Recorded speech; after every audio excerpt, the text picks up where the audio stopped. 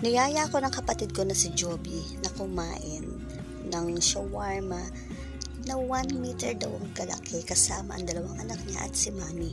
Habang naglalakad kami, panay tanong ni Mami, "Malayo pa ba?" Sabi niyo malapit lang. Sabi niyo sa kanto lang. Nakailang kanto na pero wala pa din. Sabi namin, malapit na po.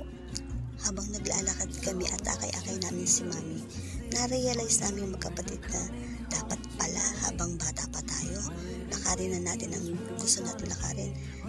Puntahan na natin ang gusto natin puntahan kasama ang pamilya, mga anak, asawa, mga kaibigan, o kahit sino pa man na gusto mong kasama.